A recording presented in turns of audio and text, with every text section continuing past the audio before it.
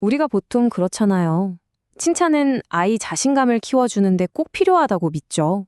잘한다, 잘한다 해줘야 아이가 기가 살고 뭐든 더 잘할 거라고요.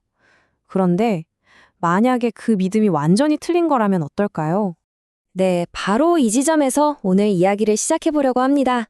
우리가 사랑하는 마음으로 무심코 건네는 그 수많은 칭찬들이 사실은 아이에게 독이 될 수도 있다는 좀 충격적인 가능성에 대해서요.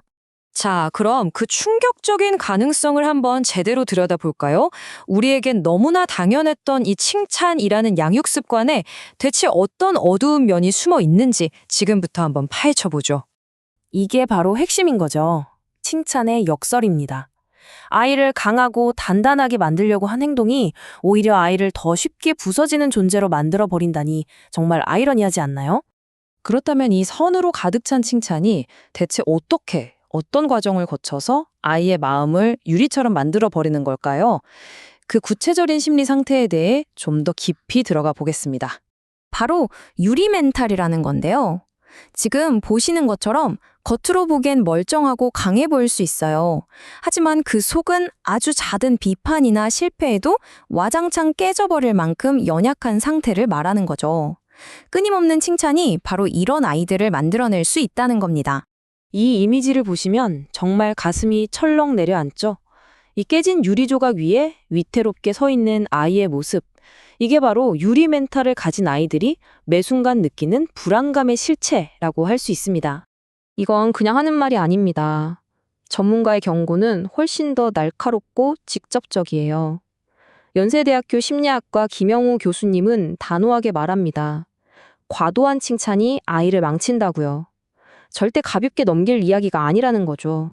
네, 교수님의 경고가 그저 의견에 그치는 게 아니라는 거죠. 실제로 우리 사회에 나타나고 있는 데이터는 이게 얼마나 심각한 현실인지 아주 명확하게 보여주고 있습니다. 2배. 이 숫자를 잠시만 좀 기억해 주세요.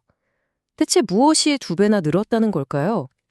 이 숫자 하나가 지금 우리가 마주한 문제의 심각성을 아주 단적으로 보여줍니다.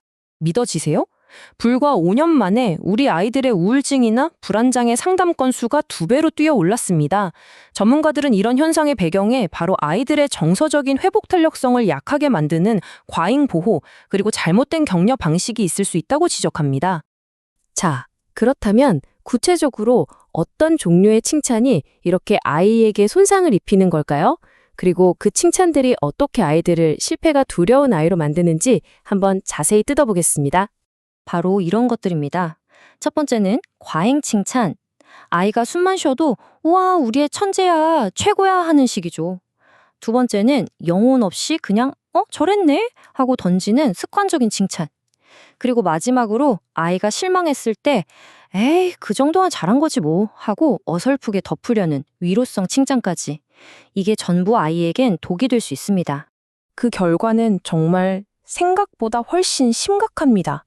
아이는 칭찬에 부응해야 한다는 엄청난 압박감에 짓눌리게 되고요. 그러다 보니 실패할 것 같은 도전은 아예 시작도 안 하게 되는 거죠. 심지어는 나중에 실패했을 때 난 노력을 안 해서 그런 거야 라고 핑계를 대려고 일부러 최선을 다하지 않는 자기 방해라는 방어 기제까지 쓰게 됩니다. 자, 지금까지 문제점을 좀 심각하게 이야기했는데요. 다행히도 희망적인 해결책이 있습니다. 아이를 진짜 성장하게 만드는 완전히 다른, 훨씬 효과적인 방법이 있거든요. 자, 이 표를 한번 보세요. 이게 오늘의 핵심입니다. 왼쪽이 잘못된 결과 칭찬, 오른쪽이 올바른 과정 칭찬이에요. 너 천재구나가 아니라 이걸 해결하려고 정말 애썼구나 라고 말하는 것. 머리 좋다가 아니라 문제를 푸는 방법이 아주 똑똑했어 라고 말해주는 것. 이 작은 차이가 우리 아이의 미래를 완전히 바꿀 수 있습니다. 방법은 생각보다 아주 간단합니다. 딱 3가지만 기억하시면 돼요. 첫째, 아주 구체적으로 말해주는 거예요. 잘했네가 아니라 장난감을 차곡차곡 정리하는 모습이 멋지다처럼요. 둘째, 결과가 좋든 나쁘든 그 과정의 노력을 인정해주는 겁니다. 셋째, 아이가 사용한 방법이나 전략에 초점을 맞춰주는 거죠. 결국 칭찬의 목표 자체를 다시 생각해야 한다는 겁니다. 칭찬은요, 결과에 대한 확인 도장이 아니에요. 아이가 어떤 과제를 해나가는 그 과정, 넘어지더라도 다시 일어서려고 애쓰는 그 과정을 격려하고 응원하는 목소리여야만 합니다. 자, 이제 여러분의 차례입니다. 오늘 하루 여러분의 아이가 노력하는 그 과정 속에서 칭찬할 점을 한번 찾아보시는 건 어떨까요? 결과물이 아니라 그 속에서 반짝이는 아이의 노력을 말입니다.